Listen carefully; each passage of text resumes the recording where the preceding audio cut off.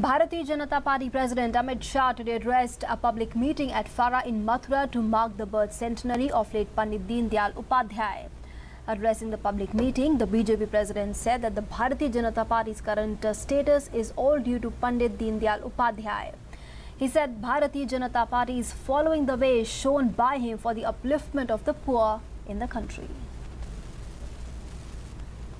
जो बीज दीनदयाल जी ने बोया था वो एक छोटा सा बीज बोया हुआ आज विशाल वट वृक्ष बनकर भारतीय जनता पार्टी के रूप में कश्मीर से कन्याकुमारी और कामरूप से कच्छ तक फैला हुआ दिखाई पड़ता है।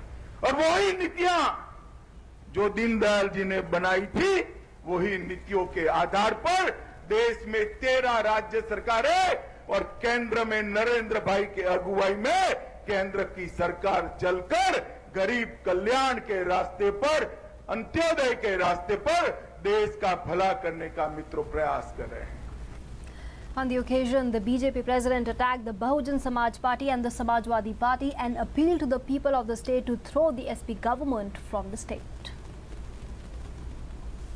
कब तक मायावती के भ्रष्टाचारी शासन को आप झेलेंगे? कब तक समाजवादी पार्टी के गुंडा राज को झेलेंगे? उखाड़ कर फेंक दीजिए सपा बसपा दोनों को। एक मौका भारतीय जनता पार्टी को दीजिए। भारतीय जनता पार्टी की सरकार आती है तो एक जाति की सरकार नहीं होगी, एक धर्म विशेष की सरकार नहीं होगी।